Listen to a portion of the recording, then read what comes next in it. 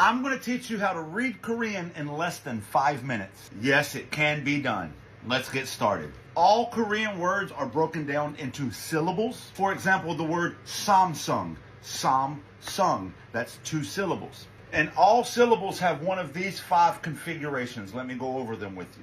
Consonant on top, vowel on the bottom, or consonant to the left, vowel to the right, or consonant, vowel, consonant, or consonant, vowel, consonant at the bottom, or consonant, vowel, consonant, consonant. Now, I understand that's confusing right now, but I promise you this will make sense in a minute.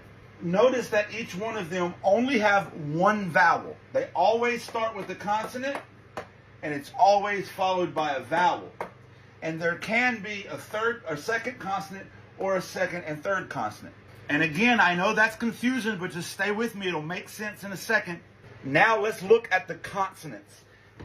G, N, D, R, M, B, S, J, Ch, K, T, P, H. Again, that sounds confusing, but it's not. Stick with me. On this first consonant, the G, notice how it starts with a G, kind of ends with a K. G, N, starts with a D, kind of ends with a T. This one's really difficult for American speakers. Don't worry, just practice it. You'll get it over time. R, R.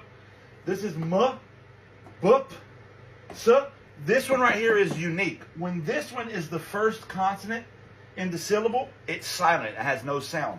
But whenever it's the last one, so if it holds this position, or this position, it would be NG, like ung.